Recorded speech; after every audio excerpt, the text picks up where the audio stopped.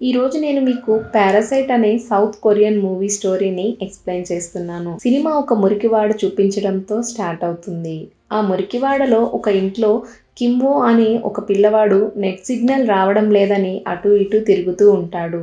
అప్పుడు కిమ్వోని వాళ్ళ అమ్మ చంగ్ సక్ అడుగుతుంది. కనీసం వాట్సాప్ మెసేజ్ చూడటానికి కూడా సిగ్నల్ రావడం లేదా అని అడుగుతుంది. అప్పుడు కిమ్వో లేదమ్మా రావడం లేదు అని చెప్తాడు. అప్పుడు వాళ్ళ అమ్మ మనకి పిజ్జా కంపెనీ నుంచి ఒక మెసేజ్ వస్తుంది. ఏం మెసేజ్ వచ్చిందో చూడు అని చెప్తుంది. కింబో సిగ్నల్ కోసం ఇల్లంతా అటు ఇటు తిరుగుతాడు. ఈలోపు చంగ్సక్ వాళ్ళ నాన్నను లేపుతుంది. వాళ్ళ నాన్న పిల్లవాడితో ఏదో ఒక మూలన సిగ్నల్ వస్తుంది, ట్రై చేయమని చెప్తాడు. అప్పుడు కింబో బాత్రూంలోకి కూడా వెళ్ళి చూస్తాడు. బాత్రూంలోకి వెళ్ళినప్పుడు ఒక చోట సిగ్నల్ దొరుకుతుంది. ఇంకా కింబో సిగ్నల్ వస్తుందని చెప్తాడు. అప్పుడు కింబో వాళ్ళ చెల్లెలు జెస్సికా కూడా అక్కడికి వెళ్ళి తన ఫోన్‌కి కూడా సిగ్నల్ వస్తుందా అని చెక్ చేసుకుంటుంది. ఇంతలో ఒకతను ఫుల్‌గా డ్రింక్ చేసి వచ్చి వాళ్ళ ఇంటి పక్కన టాయిలెట్ పోస్తుంటాడు. ఇంకా కింబో వాళ్ళ ఫాదర్ వాడు ఎప్పుడూ డ్రింక్ చేసి వచ్చి మన ఇంటి దగ్గరే టాయిలెట్ పోస్తున్నాడు. కింబోని వెళ్ళి తిట్టమని చెప్తాడు. ఇప్పుడు కింబో వెళ్ళి అతన్ని తిట్టి వస్తాడు. వీళ్ళది చాలా పేద కుటుంబం. వీళ్ళు నలుగురు కలిసి ప్రతిరోజు పిజ్జా డెలివరీ చేసే బాక్సెస్‌ని తయారు చేస్తూ ఉంటారు. అలా ప్యాకింగ్ చేస్తూ వచ్చిన డబ్బులతో వాళ్ళు జీవనం గడుపుతుంటారు. వీళ్ళకి చేయడం రాకపోయినా యూట్యూబ్‌లో బాక్సెస్ ప్యాకింగ్ ఎలా చేయాలో వీడియో చూసి చేస్తుంటారు. ఈలోపు పిజ్జా కంపెనీ వాళ్ళు వాళ్ళ ఇంటికి వస్తారు. ఆ కంపెనీ వాళ్ళు వీళ్ళు ప్యాక్ చేసిన బాక్సులను తీసుకువెళ్తున్నప్పుడు వాటిలో కొన్ని బాక్సులు డ్యామేజ్ అయి ఉంటాయి. బాక్స్ ఫోల్డింగ్ చేసేటప్పుడు వీళ్ళు వీడియో చూస్తూ ఫాస్ట్‌గా చేసేసరికి కొన్ని సరిగ్గా చేయడం కుదరలేదు. అప్పుడు ఆ కంపెనీ సూపర్వైజర్ వాళ్ళతో మీరు కొన్ని బాక్సెస్ సరిగ్గా ప్యాక్ చేయలేదు. అందువలన మీకు వచ్చే మనీలో 20% కట్ చేస్తానని చెప్తుంది. ఈలోపు కిమ్బో సూపర్వైజర్ దగ్గరికి వెళ్ళి మేడం మీ కంపెనీలో ఒక అతను మానుకున్నాడు కదా! మీ కంపెనీని చీట్ చేసి వెళ్ళిపోయాడు కదా! మీకు ఒక సూపర్వైజర్ జాబ్ ఖాళీగా ఉంది కదా! మీ కంపెనీలో ఆ జాబ్‌లో నేను జాయిన్ అవుతానని అడుగుతాడు. అప్పుడు ఆమె నేను ఆలోచిస్తాను. మా కంపెనీలో వాళ్ళని అడిగి చెప్తాను అని చెప్పి వెళ్ళిపోతుంది. ఇంతలో కింబో చిన్ననాటి ఫ్రెండ్ మిన్ అక్కడికి వస్తాడు. మిన్ వస్తూ వస్తూ ఒక స్టోన్‌ని తీసుకువస్తాడు. ఆ స్టోన్‌ని తన ఫ్రెండ్ అయిన కింబోకి ఇస్తాడు. మిన్ కింబో కుటుంబానికి మొత్తానికి తెలుసు కాబట్టి క్లోజ్‌గా మాట్లాడతారు. మిన్ కింబో తండ్రితో మా నాన్న చెప్పారు. ఈ స్టోన్ మీకివ్వమని చెప్పారు. ఈ స్టోన్ మాకు చాలా లక్కీ స్టోన్. ఈ స్టోన్ వల్ల మేమైతే చాలా ధనవంతులయ్యాము. దీనివల్ల మీరు కూడా ధనవంతులవ్వాలని కోరుకుంటున్నానని ఆ స్టోన్ వాళ్ళకి ఇస్తాడు. అప్పుడు వాళ్ళు చాలా హ్యాపీగా ఫీల్ అవుతారు. మిన్ మరియు కింబో ఇద్దరూ కలిసి షాప్‌కి వెళ్ళి మందు తీసుకొని త్రాగుతూ ఉంటారు. అప్పుడు మిన్ కింబోతో నీకు ఇంగ్లీష్ బాగా వచ్చు కదా! ఒక అమ్మాయి ఉంది. తనకి ఇంగ్లీష్ ట్యూషన్ చెప్పు. నీకు కొంచెం మనీ ఇస్తారు. యాక్చువల్‌గా అంతకుముందు ఆ అమ్మాయికి ట్యూషన్ నేనే చెప్పేవాడిని. ఆ అమ్మాయి అంటే నాకు చాలా ఇష్టం. ఆ అమ్మాయి పేరు డైహీ. కాకపోతే నేను యూనివర్సిటీలో జాయిన్ అయ్యా కాబట్టి నువ్వు వెళ్ళి ట్యూషన్ చెప్పు అని అంటాడు. అప్పుడు కిమ్వో నీతో పాటు చాలామంది చదువుకున్నారు కదా! వాళ్ళని అడగవచ్చు కదా అని అంటాడు. అప్పుడు మిన్ నాకు ఆ అమ్మాయి అంటే చాలా ఇష్టం. మిగతా వాళ్ళని నమ్మి అక్కడికి పంపించాలంటే భయం. ఎందుకంటే వాళ్ళంతా ఆ అమ్మాయిని ట్రాప్ చేస్తారేమో అని భయం. నువ్వంటే నాకు నమ్మకం కాబట్టి నిన్ను పంపించి తనకి ట్యూషన్ చెప్పించాలని అనుకుంటున్నానని అంటాడు. అప్పుడు కిమ్వో ఓకే. ఆ అమ్మాయికి ఇంగ్లీష్ ట్యూషన్ నేను చెప్తానని అంటాడు. అప్పుడు వాళ్ళ ఇంటి అడ్రస్ చెప్పి అక్కడికి వెళ్ళమని నేను ఫోన్ చేసి వాళ్ళ ఇంట్లో వాళ్ళకి చెప్తా. వాళ్ళ ఇంట్లో వాళ్ళు చాలా మంచివాళ్ళు అని చెప్తాడు. తర్వాత రోజు పొద్దున్నే కిమ్వో రెడీ అయ్యి వాళ్ళ ఇంటికి వెళ్తాడు. ట్యూషన్ చెప్పాల్సిన అమ్మాయి పేరు డైహీ. వాళ్ళ మదర్ పేరు ఇయాన్. ఇయాన్ కిమ్వోని రిసీవ్ చేసుకుంటుంది. రిసీవ్ చేసుకున్నాక ఆ డైహీ వాళ్ళ ఫ్యామిలీ గురించి చెప్తుంది. డైహీ వాళ్ళ నాన్న పేరు పార్క్, మదర్ ఇయాన్, తమ్ముడు డాసంగ్. వాళ్ళ ఫ్యామిలీ కూడా కింబో వాళ్ళలాగా నలుగురు ఉంటారు. నలుగురితో పాటు వాళ్ళ ఇంట్లో ఒక పని మనిషి ఉంటుంది. ఆవిడ పేరు మూన్. మొత్తం 5 మెంబర్స్ ఉంటారు. ఈ కింబో వెళ్ళగానే డైహీ వాళ్ళ మదర్ మంచిగా రిసీవ్ చేసుకుంటుంది. నా కూతురు వచ్చేసి ఇంగ్లీష్లో చాలా పూర్.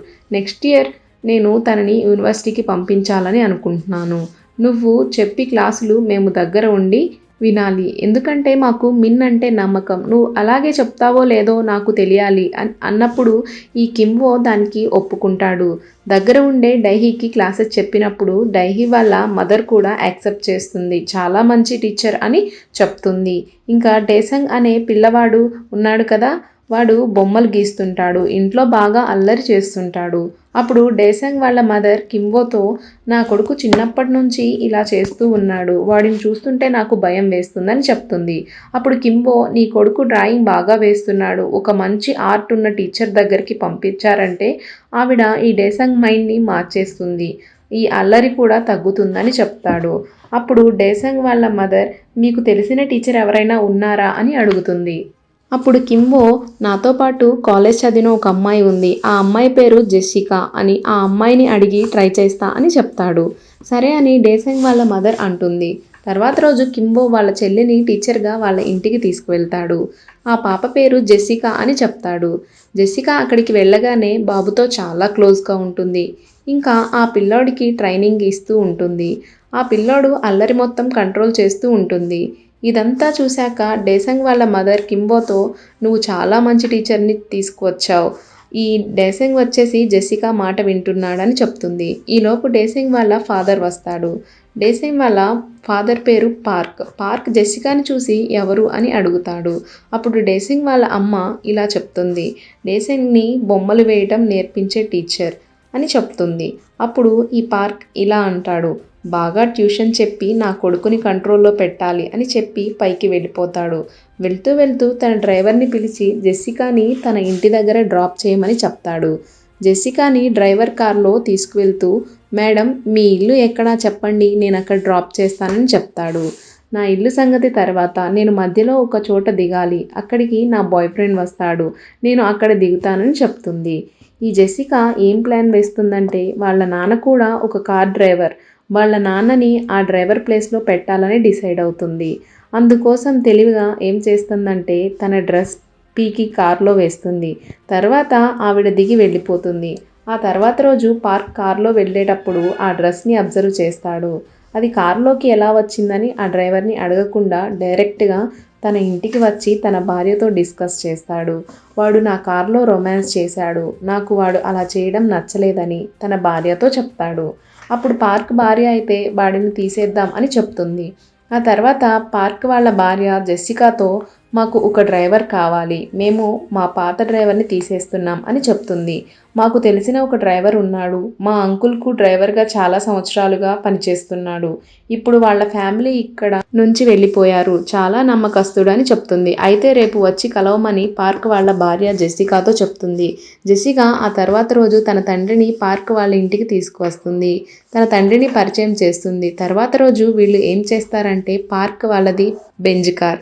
అయితే జెస్సికా వాళ్ళ తండ్రికి బెంజ్ కార్ వస్తుందో లేదో అని టెస్ట్ చేయడానికి అక్కడ దగ్గరలో బెంజ్ కార్ షోరూమ్ ఉంటే అక్కడికి వెళ్తారు. వెళ్ళి మొత్తం చెక్ చేస్తారు. గేర్లు ఎలా ఉన్నాయి, ఏమి ఎప్పుడు యూస్ చేయాలి అని మొత్తం చూస్తారు. అలా మొత్తం తెలుసుకుంటారు. ఆ తర్వాత రోజు వచ్చి డ్రైవర్గా జాయిన్ అవుతుంటాడు. డ్రైవర్గా జాయిన్ అయిన జెస్సికా తండ్రికి ఒక ఆలోచన వస్తుంది. అదేమిటంటే, పార్క్ వాళ్ళ ఇంట్లో పనిచేసే ఆ పని అమ్మాయిని మాన్పించి జెస్సికా వాళ్ళ అమ్మని పెట్టాలని అనుకుంటాడు. ఇంకా ఇప్పుడు కింవో, జెస్సికా ఇంకా వాళ్ళ నాన్న ముగ్గురు కలిసి ఆ పని అమ్మాయిని ఎలా మాన్పించాలని ప్లాన్ గీస్తారు. ఈలోపు పని మనిషికి ఏదో ఒక జబ్బు ఉందని నిరూపిస్తే మనం ఆ పని మనిషిని ఈజీగా తీసేయవచ్చని డిసైడ్ అవుతారు. ఇంకా ఇక్కడ వచ్చేసి కింవో అండ్ డైహీ లవ్ చేసుకుంటూ ఉంటారు. కింవో డైహీని యూనివర్సిటీకి వెళ్ళాక ప్రపోజ్ చేయాలనుకుంటాడు. ఈ కింవోని కెవిన్ అని పిలుస్తూ ఉంటారు పార్క్ ఫ్యామిలీ మొత్తం. ఒకరోజు కెవిన్ ఏం చేస్తాడంటే, ఒకరోజు ఫ్రూట్స్ తినేటప్పుడు డైహీ చెప్తుంది, నాకు యాపిల్స్ అంటే చాలా ఇష్టం, కాకపోతే మా ఇంట్లో పని మనిషి యాపిల్స్ మాత్రం తీసుకురాదు అన్నప్పుడు కెవిన్ అడుగుతాడు, ఎందుకు తీసుకురాదు అని. తనకి యాపిల్స్ అంటే ఇష్టం ఉండదని డైహీ చెప్తుంది. అప్పుడు ఎందుకు తీసుకురాదు అని అందరూ ఆలోచిస్తూ ఉండటంతో ఆ పని మనిషికి యాపిల్స్ ఎక్కితే ఎలర్జీ వస్తుంది. ఆ స్మెల్ చూసినప్పుడు ఆ పని మనిషికి ఆటోమేటిక్గా దగ్గు వస్తుంది. అందుకోసం అని యాపిల్స్ తీసుకొని రాదని తెలుసుకుంటారు. తర్వాత రోజు వాళ్ళు ముగ్గురు కలిసి యాపిల్స్ తీసుకువెళ్ళి డైహీకి ఇస్తారు. డైహీ యాపిల్స్ తింటుంది. అప్పుడు ఇంట్లో ఈ వాసనకి పని మనిషికి వెంటనే దగ్గు వస్తుంది. డస్ట్ ఎలర్జీ లాగా ఆమెకి యాపిల్ ఎలర్జీ ఉంటుంది. ఇంకా ఆ పని మనిషి బాగా దగ్గుతూ ఉంటుంది. అప్పుడు జింగ్ పార్క్తో మీ పని మనిషికి టీబీ ఉన్నట్లుంది అని చెప్తాడు. అది విన్న పార్క్, ఆ పని మనిషి మా ఇంట్లో ఎన్నో సంవత్సరాలుగా పనిచేస్తుంది, తనకి అలాంటి జబ్బులేమీ లేవు అని చెప్తాడు. ఉన్నాయి, కావాలంటే రేపు చెక్ చేయండి అని చెప్తాడు. మళ్ళీ తర్వాత రోజు వీళ్ళు ముగ్గురు కలిసి యాపిల్ ఆమె దగ్గర పెడతారు. మళ్ళీ ఆ వాసనకి పని మనిషికి దగ్గు వస్తూ ఉంటుంది. అప్పుడు ఆ పని మనిషిని టీబీ ఉందని ఆ ఫ్యామిలీకి అర్థమయ్యి ఎలా అయినా ఆ పని మనిషిని తీసేయాలని పార్క్ మరియు పార్క్ భార్య డిసైడ్ అవుతారు. ఏదో ఒక కారణం చెప్పి వాళ్ళ పని మనిషిని తీసేస్తారు. పార్క్ జింగ్ని అడుగుతాడు, మాకు ఒక పని మనిషి కావాలి అని అన్నప్పుడు జింగ్ మాకు తెలిసిన పని మనిషి ఉందని తన్ని అడుగుతా అని తన భార్యని వాళ్ళ ఇంట్లో పని మనిషిగా ఇంట్రడ్యూస్ చేస్తాడు. దాంతో ఆ ఫ్యామిలీలో నలుగురు కూడా ఆ ఇంట్లో పని మనిషిగా సెటిల్ అయిపోతారు.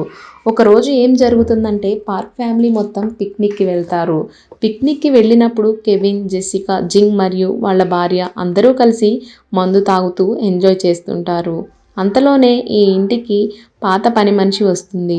బెల్ కొడుతుంది. వీళ్ళు వెళ్ళి ఎందుకు వచ్చిందో అని డోర్ ఓపెన్ చేస్తే ఇలా చెప్తుంది, కింద కిచెన్లో నాది ఒక వస్తువు ఉంది, నా వస్తువు తీసుకొని వెళ్ళిపోతా అని చెప్తుంది. అప్పుడు ఆ పని మనిషి పైకి వెళ్ళి స్టోర్ రూమ్కి వెళ్తుంది. స్టోర్ రూమ్ నుంచి ఆవిడ ఒక డోర్ ఓపెన్ చేసుకొని క్రింద ఉన్న తన భర్తకి కొన్ని పాలిస్తుంది. దాన్ని కెవిన్ వాళ్ళ మదర్ గమనిస్తుంది.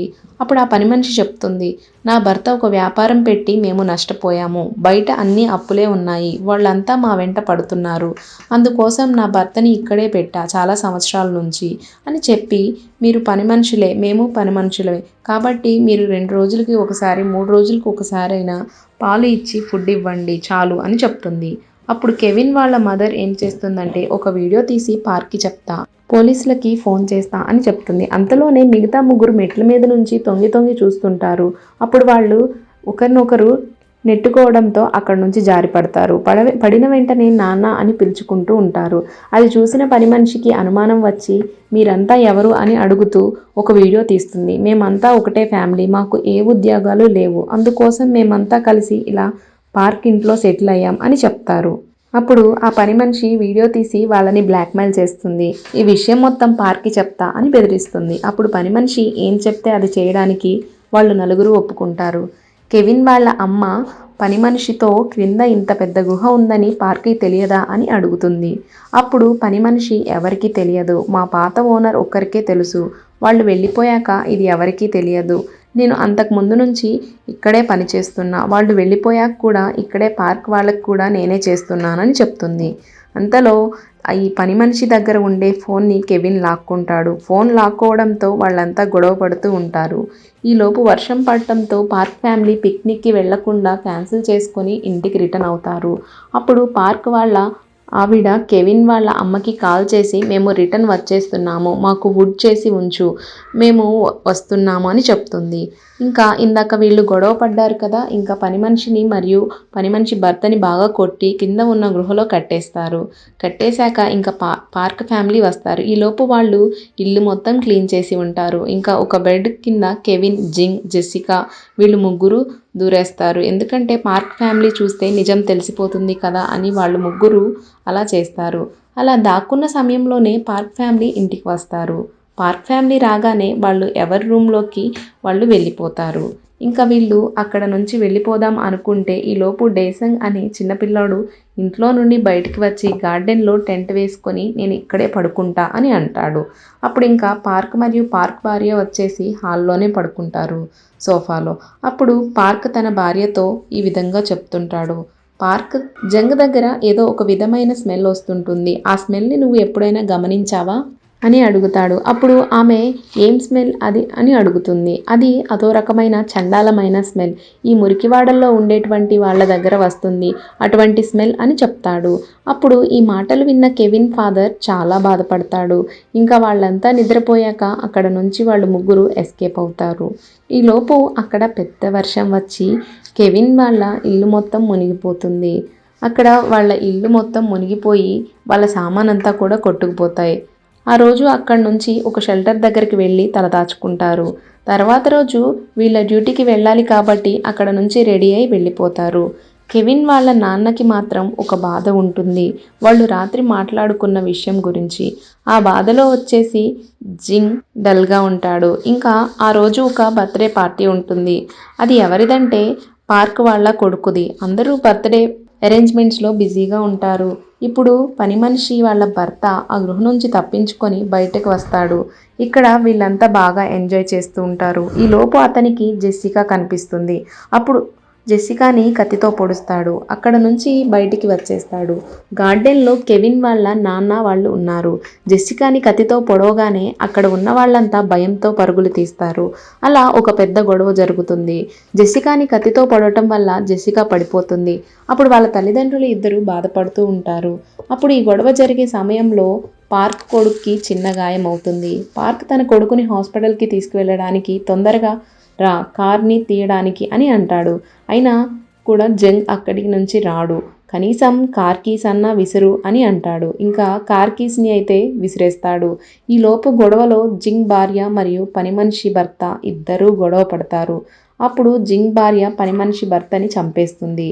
అప్పుడు ఆ పని మనిషి వెళ్ళి జింగ్ విసిరిన కీ మీద పడతాడు. ఆ కీ తీసుకోవడానికి పార్క్ వాళ్ళ దగ్గరికి వస్తూ వాళ్ళ దగ్గర డర్టీ స్మెల్ రావడంతో పార్క్ ముక్కు మూసుకొని వస్తాడు. అది చూసిన జింగ్ పార్క్ని కూడా కత్తితో పొడిచి చంపేస్తాడు. ఇలా ఈ గొడవ మొత్తం అయిపోయాక జింగ్ కోసం పోలీసులు గాలిస్తూ ఉంటారు. జింగ్ అయితే దొరకడు. జింగ్ ఎటు వెళ్ళిపోయాడో ఎవరికి కూడా తెలియదు. ఇంకా కెవిన్ మరియు కెవిన్ వాళ్ళ అమ్మ ఇద్దరూ కలిసి వాళ్ళ ఇంటికి వెళ్ళిపోతారు. కెవిన్ని పోలీస్ వాళ్ళు పట్టుకొని అరెస్ట్ చేస్తారు. కొన్ని రోజుల తర్వాత కెవిన్కి బెయిల్ వస్తుంది. ఈ జింగ్ ఎక్కడ ఉంటే వాళ్ళ ఇంట్లో ఒక గృహ ఉంటుంది కదా అండర్ గ్రౌండ్లో, ఆ గృహలో ఉంటాడు. పార్క్ ఫ్యామిలీ అక్కడ నుంచి వెళ్ళిపోతారు. ఇప్పుడు ఆ ఇల్లుని వేరే వాళ్ళు తీసుకుంటారు. వాళ్ళ ఇంట్లో ఒక సెన్సార్ లైట్స్ అనేవి ఉంటాయి. ఆ లైట్స్కి ఒక కోడ్ అనేది ఉంటుంది. ఆ సెన్సార్ ద్వారా రోజు ఒక కోడ్ని అదే లెటర్ టైప్ జింగ్ పంపిస్తూ ఉంటాడు. ఒకరోజు కెవిన్ వెళ్ళి మొత్తం సెన్సార్ని చెక్ చేస్తూ ఉంటాడు. బయట నుంచి లైట్స్ ఆన్ ఆఫ్ అయ్యేదాన్ని బట్టి దాని ద్వారా ఒక లెటర్ అనేది వస్తుంది. ఆ లెటర్లో నువ్వు ఎప్పటికైనా వచ్చి ఈ సెన్సార్ని చెక్ చేస్తావని నాకు తెలుసు. నేను పార్క్ని చంపేసిన తర్వాత భయపడి అక్కడే అండర్ గ్రౌండ్లో ఉండిపోయాను. ఇప్పుడు ఈ ఇల్లు వేరే వాళ్ళు కొనుక్కున్నారని చెప్తాడు. అప్పుడు కెవిన్, నాన్న, నేను నా చదువు అన్నీ పక్కన పెట్టి ఆ ఇల్లు కొని నేను నిన్ను రిలీజ్ చేస్తా, ఆ ఇంట్లో ఉండే కలకంటాడు. ఆ కలకంటూనే ఈ స్టోరీ అయితే ఎండ్ అయిపోతుంది. కెవిన్ అయితే చివరికి సాధించిందేమీ లేదు. మూవీ స్టార్టింగ్లో ఏ పరిస్థితిలో ఉన్నాడో అంతకంటే ఎక్కువ దిగజారిపోయిన స్థితికి చేరుకుంటాడు. తండ్రికి దూరం అవుతాడు. జెస్సికాని పోగొట్టుకుంటాడు. ఇదే ఫ్రెండ్స్ ఈరోజు స్టోరీ అయితే. Thank you for watching.